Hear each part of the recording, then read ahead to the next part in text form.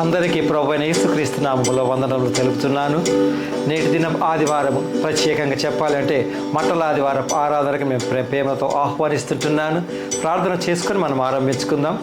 ప్రేమ కనికరం కలిగిన ప్రియ పరలోకపు తండ్రి, మీ అపారమైన ప్రేమను బట్టి మాకిచ్చినటువంటి జీవితమును, ఆశీర్వాదమును, రక్షణను బట్టి మీకు వందన చెల్లిస్తూ ఉంటున్నాము. ప్రభువా, మా జీవితంలో చేసిన ప్రతి మేలుని జ్ఞాపకం చేసుకొని మీకు వందన చెల్లిస్తుంటున్నాము. ప్రత్యేకంగా మా కొరకు మీరు చేసిన ప్రాణత్యాగమును బట్టి మీకు వందన చెల్లిస్తూ కొన్ని నిమిషములు ప్రభువా అలనాడు జరిగినటువంటి సంగతులను అంతేకాకుండా మేము ఉండవలసిన విధానములను వాక్యానుసారంగా జ్ఞాపకం చేసుకొని ఉంటుండగా మీ సన్నిధిని మాకు తోడుగా నుంచి తెలుసుకోవలసినవి తెలుసుకొని అంత మాత్రమే కాకుండా మాలో జరిగించవలసినటువంటి మార్పులు జరిగించుకొని మీరు రాకడ పర్యంతం మమ్మల్ని మేము ప్రభువా సంపూర్ణులుగాను పరిపూర్ణులుగాను చేసుకున్నటకు వాక్యం పైన ఆధారపడి జీవించే కృప దయచేయమని యేసు నామమున వేడుకుంటున్నాను తండ్రి, ఆమెన్. ప్రియులారా, ఒక పాట పాడి మనం ప్రభుని ఆరాధిద్దాం. రాజులకు రాజైన ఈ మన విభుని అనే పాటను పాడి మనం ప్రభుని ఆరాధిద్దాం.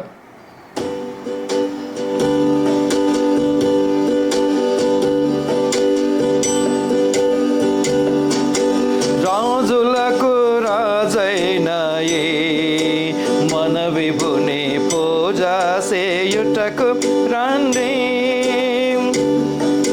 ఈ జయశాలి కన్నా మనకింకా రాజెవ్వరును లేరని. రాజులకు రాజైన మన విభుని పూజ చేయుటకు రండి, కరుణాగల సోదరుండై ఈయన ధరణికి తెంచేనయ్యా. కరుణాగల సోదరుండై ఈయన ధరణికి తెంచేనయ్యా. తిరముగా నమ్ముకొనినా మన కొసగో పరలోకం రాజమును. రాజులకు రాజైన మన విభుని పూజ చేయుటకు రండి,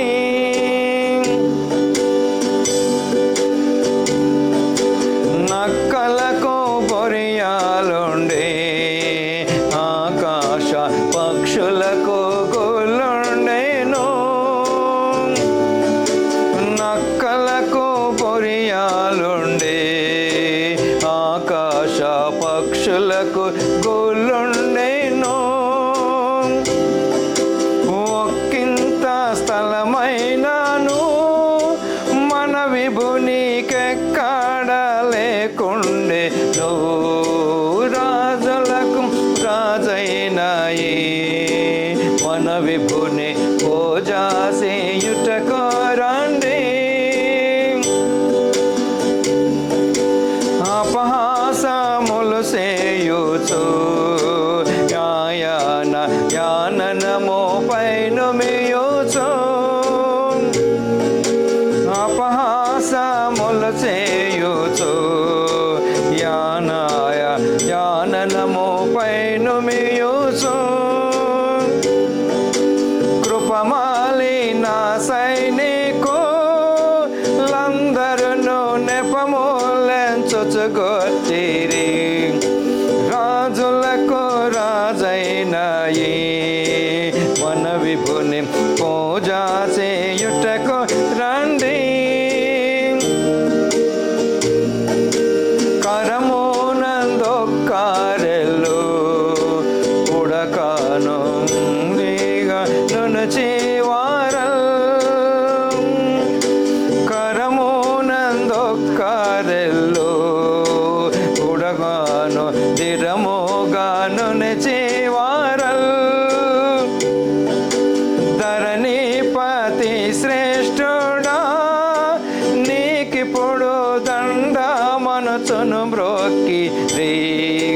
రాజులకు రాజైన మన విభుని పూజ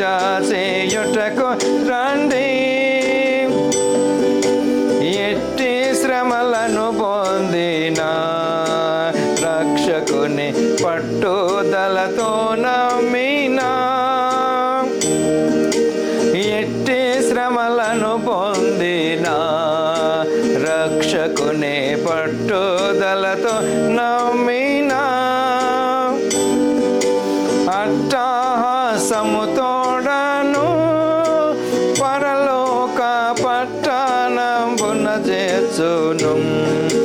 రాజులకు రాజైన ఈ మన విభుని పూజ చేయుటకు రండి. ప్రియులారా, నేటి దినము అంటే క్రీస్తు పునరుద్ధాన దినము ఈస్టర్కు అంటే ముందు ఆదివారం, అంటే 1 వీక్ బిఫోర్ ఈస్టర్. దీనిని మట్టల ఆదివారంగా భావిస్తూ ఉంటుంటాం. మట్టల ఆదివారం అంటే యేసు ప్రభు యెరూషలేములో ప్రవేశించేటప్పుడు ఆయన్ని ఇక మట్టలు పరిచి వస్త్రాలు పరిచి దానికి స్వాగతం పలుకుతూ ఉంటుంటారు. క్రీస్తు మన నిమిత్తమై కల్వరి శిలువ పైన ప్రాణం పెట్టక ముందు యెరూషలేములో ప్రవేశిస్తాడు. ఇదంతా కూడా ప్రవచనాలు నెరవేర్పు జరిగించడం కొరకే యేసు ప్రభు తన జీవితం అంతా కూడా ప్రవచనాలు నెరవేర్చినాడు.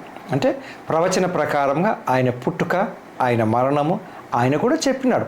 పాప పరిహారార్థ బలిగా ప్రభు అయినటువంటి యేసు క్రీస్తు కన్య మరియమ్మ ద్వారా జన్మించి తను ఈ లోకంలో శ్రమలు అనుభవించి మానవుల యొక్క పాపముల నిమిత్తము కల్వరి శిలువ పైన తన ప్రాణాన్ని అర్పించాడు. ఈ యొక్క 7 దినములు ఈ ఆదివారం నాడు యెరూషలేములో ప్రవేశిస్తాడు. అంటే గురువారం వరకు ఆయన కొన్ని చేయవలసినటువంటి పనులన్నీ కూడా చేస్తాడు. యెరూషలేము దేవాలయంలో జరిగిస్తున్నటువంటి దాన్ని అంటే వ్యాపారంగా మార్చినటువంటి వాళ్ళని వెళ్ళగొడతాడు. తర్వాత రూకలమ్మే వాళ్ళని వెళ్ళగొడతా ఉంటాడు. ఈ రకంగా చాలా అనేక చేసిస్తాడు. ఇదంతా ఎందుకనంటే నా పట్ల నీ పట్ల ఆయన చూపినటువంటి ప్రేమ. ప్రియులారా, చూడండి, క్రీస్తు ప్రేమను చాటే వారి కంటే చాటుతున్నటువంటి వారిని అడ్డుకునే వాళ్ళు అనేకులు ఉంటారు. ఒక విషయం, సత్యం అన్నది ఎప్పుడో ఒకరోజు తప్పకుండా బయలుపడుతుంది. కానీ ఆ సత్యాన్ని బయటికి పొక్కనీయకుండా ఈయన సత్యమైనటువంటి దేవుడు, నిత్యుడైనటువంటి దేవుడు, మానవులకు రక్షణ ఇస్తాడని అపవాది అన్నవాడు ఓర్వలేక ఆయన కల్వరి శిలువ పైన తన ప్రాణాన్ని పెట్టనీయకుండా ఎన్నో ప్రయత్నాలు చేసినాడు. సజీవుడైనటువంటి దేవుడిని కల్వరి శిలువ పైన శిలువ వేసినారు. ఎందుకండి అని అంటే దానికి నానా రకాలుగా అపహసించినటువంటి వాళ్ళు కూడా లేకపోలేరు.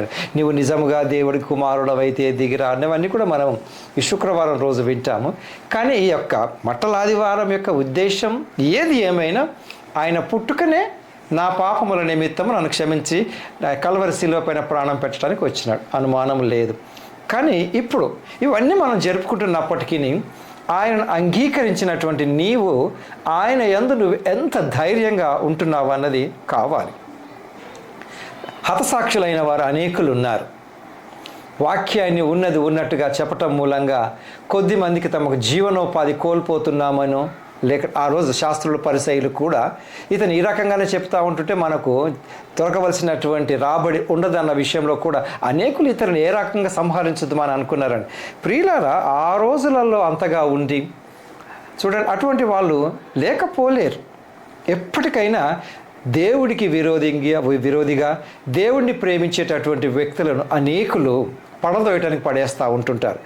ఆ రోజులలో ఈ యొక్క క్రీస్తుకు విరోధంగా ఉన్నటువంటి సౌలే ఆయన దేవుడు పట్టుకున్న తర్వాత ఆయన క్రీస్తు కొరకు అనేకులను తయారు చేసినాడు. కాకపోతే ఈరోజు ఆ వాక్యంలో నుండి మనకిస్తున్నటువంటి ఒక హెచ్చరిక ఏంటంటే 1 తిమోతి 4వ అధ్యాయంలో చూసినట్లయితే 1 తిమోతి 4వ అధ్యాయం 6 నుండి ఈ సంగతులను సహోదరులకు వివరించిన ఎడల నీవు అనుసరించు వచ్చిన విశ్వాస సుబోధ సంబంధమైన వాక్యముల చేత పెంపారుచు క్రీస్తు యేసునకు మంచి పరిచారుడకు కూడావై ఉందువు.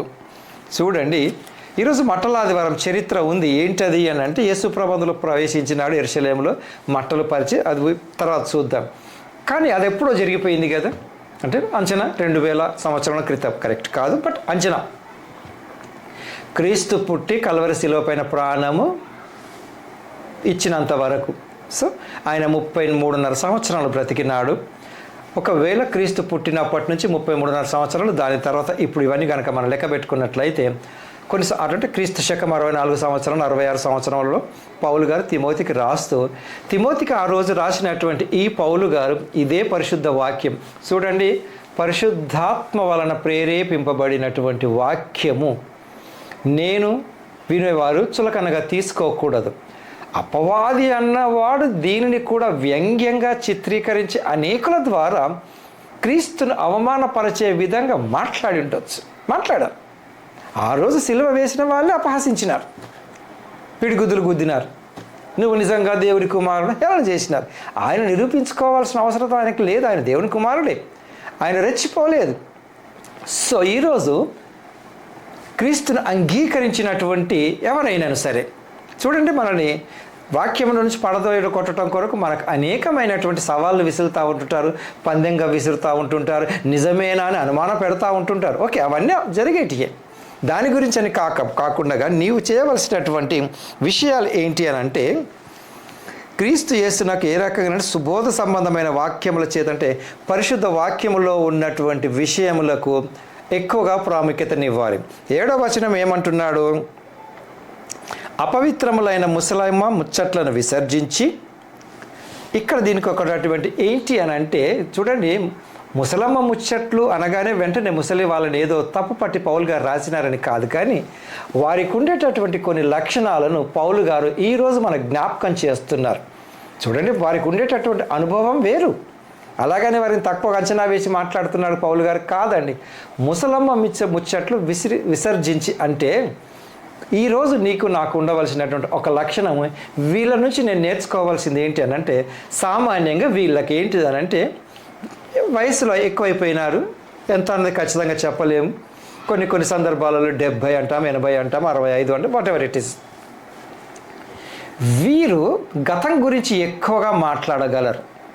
ఓకే. నెంబర్ 2, శారీరకంగా శక్తి లేదు, ఎనర్జీ లేదు, కానీ కేవలం మాటల వరకే ఉంటారు, కానీ చేతలు ఉండకపోవచ్చు. అంతేకాకుండా ఎప్పుడు కూడా వీళ్ళు మాట్లాడినప్పుడు అలా ఒకటి గమనించినట్లయితే గతంలో మా రోజులలో ఆ రకంగా జరిగింది, ఈ రకంగా జరిగింది, ఈ రోజు కాదు అనేది విమర్శ విధానం కూడా ఎక్కువ ఉండొచ్చు. ఈ రోజులలో లేదని విమర్శ ఉండకపోవచ్చు. కాకపోతే ఈ రోజులు అలా కాదు, అక్కడ కంపారిజన్ ఎక్కువగా ఉంటుండొచ్చు. కానీ ఈరోజు నువ్వు నేర్చుకోవాల్సింది, నేను నేర్చుకోవాల్సింది ఏంటిదనంటే, అసలు క్రీస్తును వాక్యమునే నువ్వు ఫాలో అవుతున్నావా, లేకుంటే అందులోని తప్పులు వెతుకుతున్నావా అన్నది దీని యొక్క కాన్సెప్ట్ అని కొద్దిమంది అనుభవజ్ఞులు అన్నారు. ఎవరండి అని అంటే వాళ్ళు కూడా పెద్దవాళ్ళే. ఏమని? ఉన్నది ఉన్నట్టుగా కాకుండా కొద్దిమంది లోపాలను వెతకటం కొరకే ఉంటారు. అలా కాకుండా అది అలా కాదు ఇలా కాదు అనేది వాగ్వివాదాలకు దిగకుండగా వాక్యాన్ని క్షుణ్ణంగా దిట్టగా అందులో కనుక నువ్వు ఉన్నట్లయితే నీవు క్రీస్తుకు పరిచారకుడవై పరిముఖ్యంగా ఆయన యందు నువ్వు ఎక్కువగా వెదుగుతావు అన్నది దీని యొక్క వివరణని మనం తెలుసుకోవాలి. అంతేకాదని ఇంకేమంటున్నాడు? శారీర సంబంధమైన తర్వాత దేవభక్తి విషయంలో నీకు నీవే సాధనము చేసుకున్నాము. నీకు నీవే అంటే సాధనము, ప్రాక్టీస్, ఎక్సర్సైజ్, అభ్యాసం. ఈ వాక్యాన్ని చదువు, దాని ప్రకారం నువ్వు ప్రాక్టీస్ చేయి. ఈ వాక్యాన్ని చదువు, రీడ్, మెడిటేట్, డూ. వాక్యం చదువు, గ్రహించు, దాని ప్రకారం నువ్వు చెయ్యి. అసలు ఓకే, ఇక్కడ నాకు డౌట్స్ రావచ్చు, అది ఎలాగవుతుంది, ఇలా కాదు, ఇది ఎలాగవుతుంది అని అనుకున్నప్పుడు ప్రియులారా, దీనిపైన నేను బహుగా ఆధారపడినప్పుడు తప్పకుండా దాన్ని నేను చెయ్యగలను. నీకు నీవే సాధకం. అఫ్కోర్స్ మనకు ఒక నాయకుడు ఉండాలి, బోధకుడు ఉండాలి. ఇక్కడ వాక్యము పరిశుద్ధాత్మ ద్వారా రాయబడింది. నీకు వాక్యము అర్థం అవుతుంది. నీకు నీవే సాధనము చేసుకోను. ఎప్పుడు? ఇది 7వ వచనంలోనే ఒకటి నువ్వు విసర్జించాలి, ఒకటి నువ్వు అభ్యాసం చేయాలి. అంటే కొద్దిమందికి ఎప్పుడు వేరే వారిని విమర్శించటం కొరకు కూడా వాళ్ళు వింటుండొచ్చు. కానీ ఈ వాక్యాన్ని నువ్వు చదివినప్పుడు దేవుడు నీకు ఒక అవగాహన కలిగిస్తాడు, నీ అంతరంగంలో దాన్ని ఆయన గ్రహింపచేస్తాడు. కాబట్టి అది నేను నేర్చుకోవాలి. కొద్దిమంది ఎప్పుడు వాళ్ళది, వీళ్ళది, వీది, అది వాళ్ళు అలా అన్నారు, వీళ్ళు, అది నాకు అవసరమే. అందులో నుంచి నేను మంచి తీసుకొని చెడు ఏది విడిచిపెట్టాలో అది నేను విడిచిపెట్టాలి. అది నేర్చుకోవాలి. నాకు నేనే సాధనం చేసుకోవాలి. అంత మాత్రమే కాదండి, శరీర సంబంధమైన సాధకము కొంచెము మట్టుకే ప్రయోజనకరమగును, కానీ దైవభక్తి ఇప్పటి జీవము విషయములోను రాబోవు జీవము విషయంలోను వాగ్దానముతో కూడిన దైనందున అది అన్ని విషయములలో ప్రయోజనకరమగును. సాధకం ఏం చేస్తూ ఉంటామండి? సామాన్యంగా శారీరక సంబంధమైనటువంటి ఫిజికల్ ఎక్సర్సైజ్ చేస్తాం, అవసరం అది. ఎందుకు? నువ్వు ఎటువంటి వ్యాయామము, ఎటువంటి ఎక్సర్సైజ్ లేకుండా కనుక ఉన్నట్లయితే నీ శరీరంలో పని చేసేటటువంటి అవయవములన్నీ పని చేయవు. కాబట్టి శరీరమునకు కావలసినటువంటి చిన్నపిల్లలకి నడుపుతూ ఉంటుంటాం, మెల్లగా మెల్లగా మెల్లగా. ఏమండి? పరుగులు తీసేటప్పుడు మెల్లగా మెల్లగా ఎలా పరుగులు తీయాలి, ఎలా ఆయాసపడాలి, ఎలా గాలి పీల్చాలి, గాలి విడిచిపెట్టాలి. శరీర సంబంధమైన భోజనం చేయటం నేర్చుకుంటాము. ఏమండి? ఏ పూట తినాలి, ఎంత తినాలి, సమయం పాటిస్తూ ఉంటున్నాం. బట్ శారీర సంబంధమైనటువంటిది కొంత మట్టుకే ప్రయోజనము. కానీ ఇక్కడ ఏమంటున్నాడండి? దైవభక్తి ఇప్పటి జీవము విషయంలోను రాబో జీవము విషయంలోను వాగ్దానంతో కూడినదైనందున అది అన్ని విషయములలో ప్రయోజనకరమగును. ఎప్పుడు? 9వ వచనం. ఈ వాక్యము నమ్మదగినదియు పూర్ణ అంగీకారమునకు యోగ్యమునై ఉన్నది. మనుషులందరికీ రక్షకుడును మరి విశేషముగా విశ్వాసులకు రక్షకుడునైన జీవము గల దేవుని యందు మనము నిరీక్షణ ఎంచి ఉన్నాము గనుక ఇందు నిమిత్తము ప్రయాసముతో పాటుపడుచున్నాము. ఫ్రెండ్స్, గమనించండి, ఇదంతా బాగానే ఉందండి. కానీ ఎప్పుడైతే దీన్ని ప్రాక్టీస్ చేయటం కొరకండి ఈ లోకంలో శ్రమలు తప్పవు. ఎందుకంటే అందరూ కూడా సజీవుడైనటువంటి దేవుణ్ణి ఒప్పుకోకపోవచ్చు. దానికి కారణాలు అనేకం ఉంటుండొచ్చు అండి. నా అంతరంగంలో ఉండే ఆలోచన, మీ అంతరంగంలో ఉండే ఆలోచనలు వేరువేరుగా ఉండొచ్చు. కానీ నువ్వెంతవరకు నువ్వు ఆలోచిస్తున్నావు అనేది ఎవరిది వారికేనండి.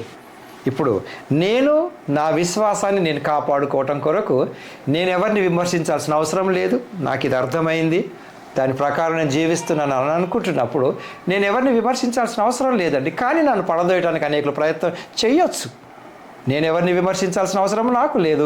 నన్ను ఇతరులు పడదోయటం కొరకు నన్ను నానా ప్రశ్నలు అడిగినప్పుడు నేను వాగ్వివాదములకు నేను దిగను. అది అన్నది ముసలమ్మ ముచ్చట్లను విసర్జించి అంటే ఒకరితో నువ్వు వాదించాల్సిన అవసరము లేదు. వాక్యము నమ్మదగినది, పూర్ణ అంగీకారం యోగ్యమునై ఉన్నది. నేను దాన్ని రుజువు చేయలేను. ఆ రోజు జరిగింది ఈ రోజు నువ్వు చేయమంటే నేను చేయలేను. ఎందుకంటే దేవుడు చేసేటటువంటి విషయములకు అన్ని ప్రశ్నలకు సమాధానాలు ఉండకపోవచ్చు. దేవుడిని ప్రశ్నించే హక్కు నాకు లేదు. అయితే ఈ వాక్యం అన్నది నమ్మదగినది, పూర్ణ అంగీకారమునకు యోగ్యమునై ఉన్నది కాబట్టి అంతే. ఇప్పుడు ఇది చేసినాడు యేసు ప్రభువు. యాక్చువల్గా కొన్ని ఈరోజు అంటే ఈరోజు అని కాదు, ఆ రోజు సిలువ వేయబడక ముందు ఆదివారము ఏం జరిగిందన్న విషయాన్ని మనం కొన్ని చూద్దాం. లూకాసు వార్త 19వ అధ్యాయంలో 29వ వచనం నుంచి కనుక చూసినట్లయితే, ఆయన ఓలీవల కొండ దగ్గర బేతనియా అను గ్రామముల సమీపమునకు వచ్చినప్పుడు తన శిష్యులను ఇద్దరిని పిలిచి, మీరు ఎదుటనున్న గ్రామమునకు వెళ్ళుడి, అందులో మీరు ప్రవేశింపగానే కట్టబడి ఉన్న ఒక గాడిద పిల్ల మీకు కనపడును. యేసు ప్రభువు, మనం పాట పాడుకున్నాము, రాజులకు రాజైన ఈ మన విభుని, దేవాది దేవుడు, సృష్టికర్త, లోకరక్ష. ఈయనేంటండి గాడిద పిల్లని ఎక్కటం అని అంటే, చూడండి దీనికి సాదృశ్యంగా అనుభవజ్ఞులు తమ అభిప్రాయాన్ని ఎలా వ్యక్తపరిచినారంటే, తను దీనుడు ఎందుకు అవ్వాల్సి వచ్చిందండి అని అంటే, నీ కొరకు నా కొరకు నేను ఎంతగా తగ్గించుకున్నానన్న తన ప్రేమను వ్యక్తపరిచినాడు. ఇది ప్రవచనమే. ప్రవచనం నెరవేరింది. పరలోకంలో రారాజుగా అనేక దూతల చేత పొగడబడుతూ ఉండాల్సినటువంటి ఆ వ్యక్తి, దీనికి అంతటికి కారణం ఏంటండి? నిన్ను ప్రేమించి నీవు చేసినటువంటి పాపములను, నేను చేసినటువంటి పాపములకు పాప పరిహారార్థ బలిగా కల్వరి శిలువ పైన తన ప్రాణాన్ని పెడుతున్నాను, నేను ఎంత దీనుడనో, నేను నీ కొరకు ఎంత తగ్గించుకున్నానో అని చూపుతున్నటువంటి ఇది ఒక సాదృశ్యం అండి. ఇది వాస్తవం. కానీ దీనిని చూడండి, అపవాది అన్నవాడు ఉన్నాడు. నేను ఒప్పుకోనండి, అది ఎవరి అభిప్రాయం వాళ్ళది, ఎవరి అనుభవం వాళ్ళది. దేనికైనా కూడా దేవుడు మంచి అన్నప్పుడు దానికి చెడు అన్నది ఎక్కువగా వ్యాపించడం జరుగుతుంది. మంచి అంత త్వరగా వ్యాపించటము మాత్రమే కాకుండా మంచిని వ్యాపింపనీయకుండా ఈ యొక్క చెడు అన్నది అడ్డుకునే అవకాశాలు కూడా ఎక్కువగా ఉంటాయి. కాబట్టి ఫ్రెండ్స్, యేసు ప్రభు తగ్గించుకొని వచ్చినాడు. అది నేను గ్రహించాలి. నా కొరకు ఎప్పుడైనా ఎవరైనా తగ్గించుకున్నారా? లేదా నన్ను అనేకులు ప్రశ్నించి అసలు నువ్వెవరు, నీ హోదా ఏంటి, నా హోదా ఏంటి అని మన జీవితంలో ఎన్నిసార్లు విన్నామో కూడా ఒకసారి ఆలోచిద్దామండి. అసలు నీ కొరకు నేను ఎందుకు చేయాలి అని మన సొంత వాళ్ళే అంటుండొచ్చు. లేదా పొరపాటున వాళ్ళు ఎప్పుడైనా మన కొరకు ఏదైనా చేసినప్పుడు నీ కొరకు నేను ఎన్ని చేశానో అని చెప్పేవాళ్ళు కూడా అనేకులు ఉండొచ్చు కదా. అసలు ఏంటి నీ హోదా ఏంటి, నీ స్టేటస్ ఏంటి, నువ్వెక్కడ ఉంటున్నావు, నేను ఎక్కడ ఉంటున్నాను, ఇవన్నీ మనం చూస్తూనే ఉంటుంటాం అప్పుడప్పుడు పబ్లిక్ ప్లేసెస్లో. కానీ ఏమండి పబ్లిక్ ట్రాన్స్పోర్ట్ అన్నప్పుడు అది అందరికి కామన్గా ఉంటుంది కాక అప్పుడు ఏం జరగవు. కొన్ని సందర్భాలలో మీరు గమనించండి, మనమే కాదండి మనల్ని అసహించుకున్న వాళ్ళు ఉండకపోలేదు. ఒక్కొక్కసారి మనం కూడా వేరే వాళ్ళని అసహించుకొని ఉంటుంటాం కదా. కొన్ని సందర్భాలలో మనం పక్కకి వెళ్తున్నప్పుడు ఎవరైనా చింపిరి గుడ్డలతో స్నానం చేయకుండా కనపడినప్పుడు మనం ఏమనుకున్నామండి, ఏమనుకునే అవకాశాలు ఉన్నాయి. అటువంటి వారికి సహితము ఈయన ప్రేమిస్తున్నాడని తగ్గించుకున్నాడని సాదృశ్యం ఇక్కడ ఉంది. సెక్స్తో సంబంధం లేదు, ఆడ మగాని సంబంధం లేదు, వయస్సుతో సంబంధం లేదు. ఈ లోకంలో ఎంతమంది మానవులైతే ఉన్నారో అందరి కొరకు డౌట్ లేదు. ఆ అందరిలో నేనున్నాను అని నేను అనుకుంటే నాకు వర్తిస్తుంది, లేకుంటే లేదు.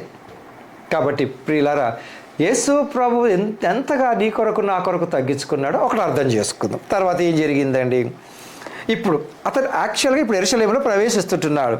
తర్వాత ఇప్పుడు చదువుదాం 33వ వచనం. తన గాడిద పిల్లను ఇప్పుకొని తీసుకొస్తారు. ఇప్పుడు యెరూషలేములో ప్రవేశించడం చూద్దాం మనం. 36వ వచనం.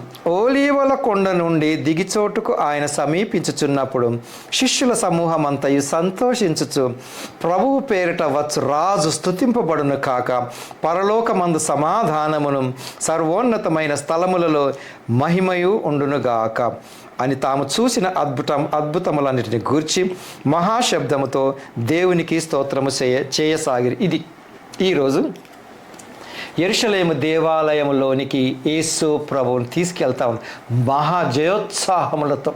ప్రభువు పేరిట ఈయన ఎవరి పేరు మీద వస్తున్నాడండి? ప్రభువు పేరిట వచ్చేవాడు. అంతేకాకుండా 2 చోట్ల సమాధానాన్ని కోరుకున్నారు వీరు. పరలోకమందును ఆయన యందు నమ్మిక ఇచ్చిన వారి అందరి కొరకు ఆయన సర్వోన్నతమైన స్థలములలో సమాధానము మహిమయు ఉండుగాక. ఆయన ఎక్కడుంటాడో అదే సర్వోన్నతమైన స్థలం అండి. నా హృదయంలో ఉన్నాడు, నాకు సమాధానం ఉంటుంది. ఆయనను కలిగి ఉన్నప్పుడు ఆ సమాధానాన్ని అనుభవించిన వారికి తెలుస్తుందండి. అనుభవించని వాళ్ళకి చెప్పిన అర్థం కాకపోవచ్చు. ఇలా ఉంటుంది అని టేస్టులు చెప్పగలమేమో. స్వీట్ ఇలా ఉంటుందండి, సాల్ట్ ఇలా ఉంటుంది, షుగర్ ఇలా ఉంటుంది. చిన్నపిల్లలకు తెలియదు కదా. అందుకని వాళ్ళని ఒక్కొక్కసారి ఏది చూసినా టచ్ చేసి నాలుక పైన పెట్టుకున్నప్పుడు ఆ టేస్ట్ వాళ్ళ ముఖములో అనేకమైనటువంటి మార్పులు తెస్తుంది. అది కాబట్టి ఫ్రెండ్స్, నీవు నేను గ్రహించవలసినటువంటి విషయము, ఆయన ఎక్కడుంటాడో అది సర్వోన్నతమైన స్థలము. అక్కడ ఏముంటుంది? సమాధి. దానికి బాధ్యులు ఎవరు? నేనే బాధ్యత. అటువంటిది ఆ యెరూషలేములోనికి ఈ శిష్యులు తీసుకెళ్లారు. ఆ శిష్యులు ఆ రోజే కాదండి, ఆయనను విశ్వసించి ఆయన వాక్యాన్ని ఇతరులకు బోధించే వాళ్ళంతా శిష్యులుగా పిలువబడతా ఉంటుంటారు.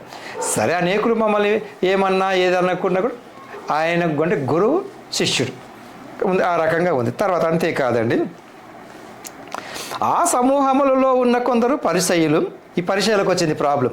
బోధకుడా, నీ శిష్యులను గద్దింపమని ఆయనతో చెప్పినాడు. ఏమన్నాడు ఆయన? అయ్యా మీ శిష్యులు బాగా గోల చేస్తున్నారు, వాళ్ళని ఆపని చెప్పండి అంటాడు. అప్పుడు ఈయన యేసుప్రభు ఏమంటాడు? వాళ్ళే కనుక మౌనంగా ఉంటే ఈ రాళ్ళు గోల పెడతాయి అంటాడు. అంటే వాటిని సృష్టించింది కూడా ఆయనే. తర్వాత రాళ్ళు కేకలు వేయనని మీతో చెప్పుచున్నాను. ఆయన పట్టణమునకు సమీపించినప్పుడు దానిని చూచి దాని విషయమే ఏడ్చి, నీవును నీ దినమందైనను సమాధాన సంబంధమైన సంగతులను తెలుసుకునేలా నీకెంతో మేలు, కానీ ఇప్పుడు అది నీ కన్నులు మరుగు చేయబడి ఉన్నవి. కొన్ని సందర్భాలలో చూస్తాం కానీ అర్థం కాదండి. సరే, ఇక్కడ ఇప్పుడు అసలు జరిగింది ఏంటి?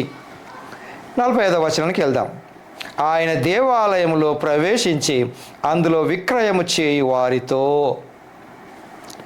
నా మందిరము ప్రార్థనా మందిరము అని వ్రాయబడి ఉన్నది, అయితే మీరు దానిని దొంగల గుహగా చేసిరని చెప్పి వారిని వెళ్ళగొట్టను ఆరంభించను. గమనించండి అండి, మందిరము దేవుని ఆరాధించటానికి, ఆయన ఆశీర్వాదాలు పొందుకోవటానికి, ఆయన సమాధానాన్ని అనుభవించటానికి అయితే దాన్ని వ్యాపార గృహగా మార్చటం అన్నది జరగకూడదు. ఆలోచిద్దామండి. అది ఎవరైనా సరే, నేను కూడా దేవుడి యొక్క మందిరముగా పిలువబడుతున్న దేనినైనాను కూడా వ్యాపారముగా నేను చేయకూడదని వాక్యము వివరిస్తుంది. ఇదే వాక్యాన్ని తిమోతి పత్రికలో మనం చదువుకున్నప్పుడు కూడా నేర్చుకోవాల్సింది. అంటే నేను వాక్యాన్ని వాణిజ్యానికి, వ్యాపారానికి వాడకూడదు. అలా వాడినప్పుడు నాలో కూడా సమాధానం కొరవవుతుంది. అది సో యేసు ప్రభు అంటున్నాడు ఈరోజు, నేను ఎంతగా వ్యాపారం నిమిత్తమై ఈ వాక్యాన్ని తీసుకుంటున్నాను అన్నది నేను గ్రహించాలి. తర్వాత ఏమంటున్నానండి, నా గృహ దొంగల గుహగా చేసిరని చెప్పి వారిని వెళ్ళగొట్టని ఆరంభించారు. ఆ రోజు యేసు ప్రభువు మందిరములో నుంచి దొంగల గుహగా కాకుండా పరిశుద్ధంగా చేయటం కొరకు ఇది ఈరోజు నేనే చేసుకోవాలి. ఇక్కడ తిమోతి పత్రికలు మనకు రాయబడినట్టుగా నేనే చేసుకోవాలి. నా హృదయం ఏ రకంగా ఉంది అని. తర్వాత ఆయన యాక్చువల్గా యెరూషలేములో ప్రవేశించినప్పుడు వీళ్ళు చాలా చక్కగా కొమ్మలు పరిచి వస్త్రములను సహితం, అంటే ఆయన నేలపైన నడవకుండా ఉండు నిమిత్తం యాక్చువల్గా యేసు ప్రభువును గాడిద పిల్ల మోసింది. నిజానికి చెప్పాలంటే ప్రాక్టికల్గా ఒకవేళ మనం ఆలోచించితే ఈ యొక్క కొమ్మలపైన, మట్టలపైన, వీటిపైన గాడిద నడిచిందండి. ప్రవేశించి అంటే ఎంత దీనుడిగా అనుకున్నాడో, అయినప్పటికీ దీనత్వం నుండి ఆ గాడిదకు కూడా కొంచెం విలువ వచ్చింది. భజంత్రీలు బాజాలతో ముందుగా వెళ్తూ ఉంటుంటే వెనకాల గాడిద నడిచింది. ఈ కొమ్మలనంట, ఈ మట్టలను వీళ్ళంతా ఆ రోజులలో అక్కడ మళ్ళీ ఇప్పటికీ కూడా ఆచారంలో స్టోర్ చేస్తారట. స్టోర్ చేసి అన్నీ అలాగే ఉంటాయి. ఇప్పుడు మనం అప్పుడప్పుడు మనకెవరైనా అంటే పూలమాలలతో సత్కరించినా కానీ పెళ్ళి మాలలు, పూలమాలలు కూడా తీసుకెళ్ళి ఇంట్లో పెడతాం కదండి. కొంతకాలం వరకు ఉంచుతారు, వెంటనే పడేయం కదా. అదే మాదిరిగా వీటిని కూడా పెట్టి తిరిగి వచ్చే సంవత్సరం యాష్ వెడ్నెస్డే రోజు కాలబెడతారట, భస్మబుధం ఇవన్నిటిని. అందుకని దానికి యాష్ వెడ్నెస్డే అనే దినం పేరుగా వచ్చింది. సో ప్రియులారా, నువ్వు చేసుకోవలసినటువంటిది ఏంటిదనంటే, ఇక్కడ సజీవుడైనటువంటి దేవుణ్ణి సంహరించడం కొరకు అనేకులు ప్రయత్నించినారు. సరే, అటువంటి రోజులు ఈరోజు కూడా ఉన్నాయండి. జాగ్రత్తగా ఉండాలి. ఈ వాక్యమును నువ్వు ఎంతవరకు అంటే తప్పులు వెతకటానికి కొరకు చూస్తే అన్ని తప్పులే కనపడతాయండి. వాస్తవంగా నువ్వు ఒక్కసారి ప్రశాంతంగా కూర్చొని పరిశుద్ధాత్మ ప్రేరణ కొరకు చూడండి. ప్రశ్నార్థకం కాదు ఇది. అర్థం చేసుకోవటం అన్నది వేరు, తప్పులు వెతుకుతూ ప్రశ్నించటం వేరు. ఇక్కడ జకర్యా ప్రవచించినట్టు ప్రవచన ప్రకారంగా కనుక చూసినట్లయితే జకర్యా గ్రంథము 9వ అధ్యాయం 9వ వచనంలో, సీయోను నివాసులారా బహుగా సంతోషించుడి, యెరూషలేము నివాసులారా ఉల్లాసముగా ఉండుడి. నీ రాజు నీతిపరుడును రక్షణ గలవాడును దీనుడునై గాడిద పిల్లను ఎక్కి నీ యొద్దకు వచ్చుచున్నాడు. ఎందుకంటే 12వ వచనం, బంధకములలో పడియుండియు నిరీక్షణ గలవారులారా మీ కోటను మరలా ప్రవేశించుడి, రెండంతలుగా మీకు మేలు చేసేదనని నేడు మీకు తెలియచేయుచున్నాను. చూడండి, అది ఏంటండి మళ్ళీ కోట గోడలు అని అంటే, నేను కోల్పోయినటువంటి రక్షణ. ఏదైనా తోటలో నుంచి నేను వెళ్ళగొట్టబడ్డాను, అపవాది నన్ను మోసం చేశాడు. ఆ అపవాది సంతానం ప్రియులారా ఈరోజు కూడా ఇంకా చెడగొడుతూ హృదయాలలో అనుమానపు బీజాలు నాటుతూ చెడగొడుతూ న్యాయం చేయవలసినటువంటి వారిని కూడా వాడు ప్రశ్నిస్తూ ఉంటుంటాడు. ఎందుకు అలా చేయాలి, ఎందుకు ఎలా చేయాలని. కాబట్టి నీ నీతి న్యాయాలను పోగొట్టుకొని అపవిత్రంగా మారి రక్షణ లేకుండా ఉన్నటువంటి వారు సహితము నిరీక్షణ కలిగి, నేను బంధకములలో ఉన్నాను బట్ నిరీక్షణ కలిగి ఉంటున్నాను. వారికి ఒక గుడ్ న్యూస్ ఏంటంటే, ఈ రాబోయే శుక్రవారం రోజు ప్రభు అయినటువంటి యేసు క్రీస్తు కల్వరి శిలువ పైన ప్రాణం పెట్టాడు. పెట్టాడు, అది ఆల్రెడీ అయిపోయింది. దాన్ని మనం సెలబ్రేట్ చేసుకుంటాం. కనుక ఇప్పుడు తెలుసుకోవాల్సిన విషయం ఏంటంటే, నిన్ను నన్ను ప్రేమించిన దేవుడు నీ కొరకు నా కొరకు ఎంత తగ్గించుకున్నాడో ఒకటి గమనిద్దాం. వాక్యానుసారమైనటువంటి జీవితం జీవించడం నేర్చుకుంటూ ప్రాక్టీస్ కనుక చేసుకున్నట్లయితే అది అలాగే జరుగుతుందండి. చూడండి, ఆ ప్రాక్టీస్ అన్నది సాధకము చేయము, ప్రాక్టీస్ అభ్యాసం. నీ జీవితంలో నా జీవితం తప్పకుండా ఏదో ఒక రోజు చూడండి, అద్భుతాలు, ఆశ్చర్యకార్యాలు ఇవన్నీ చూడటం కొరకు వేరు. ఎంతవరకు ప్రశాంతంగా ఉన్నావు? నిన్న చెడగొట్టడానికి ఎంతోమంది ప్రయత్నం చేసిన పరిశుద్ధ దేవుని వాక్యం నిన్ను కాపాడుతుందండి. ప్రాణాలు మన అందరం కోల్పోతాం. ప్రాణాలు పోయిన తర్వాత నిత్య రాజ్యంలో ఏదైతే ఆత్మరక్షణ పొందుకొని జీవం అని ఉంది కదండి, ఆ జీవములా దేవునితో మనం ఆనందిస్తాం. అందుకొరకే క్రీస్తు లోకానికి వచ్చినాడు. సత్యాన్ని గ్రహించిన వారికి ఇది అర్థమవుతుంది. వాక్యాన్ని పరిశుద్ధంగా చూసిన వాళ్ళకి ఇది అర్థమవుతుంది. అటువంటి కృప దేవుడు మనకు కూడా అనుగ్రహించాలండి. కాబట్టి ప్రశ్నార్థకంగా ఉన్నటువంటి మన జీవితాన్ని కూడా ఒకవేళ సరి అయినటువంటి వాక్యం ద్వారా సరి చేసుకునే కృప దేవుడు మనకు అనుగ్రహించాలని ప్రార్థించుకుందాం. అంత మాత్రమే కాదండి, తప్పకుండా దేవుడు నా కొరకు, పాపినైన నా కొరకు మరణించినాడన్నటువంటి సత్యం పరిశుద్ధ వాక్యం ద్వారా మనందరి హృదయములలో ఫలించునుగాక. ఆమెను ప్రార్థించుకుందాం. ప్రేమ కనికరం కలిగిన ప్రియ పరలోకపు తండ్రి, మీరు మాకు చూపినటువంటి ప్రేమ కొరకై, త్యాగం కొరకై మీకు వందనములు. ఇంతసేపు ప్రభు మేము వాక్యం ధ్యానించి కొన్ని వాక్యానుసారమైనటువంటి ప్రభు సత్యములు తెలుసుకొని వాటి ప్రకారం మారి జీవించాలని ప్రభు నిర్ణయం తీసుకుంటున్నటువంటి మాకు సరైన నడిపింపును దయచేయండి. లోకంలో శోధనలు, శ్రమలు ఎదురైనప్పటికీ వాక్యం ప్రకారం జీవించే జీవితం మాకు దయచేయమని, ధైర్యం అనుగ్రహించమని యేసు నామములో వేడుకుంటున్నాను తండ్రి. ఆమేన్. మంచిది ప్రియులారా, తిరిగి కలుసుకొని పర్యంతం ప్రభు కృప మనకు తోడైండును గాక. ఆమేన్.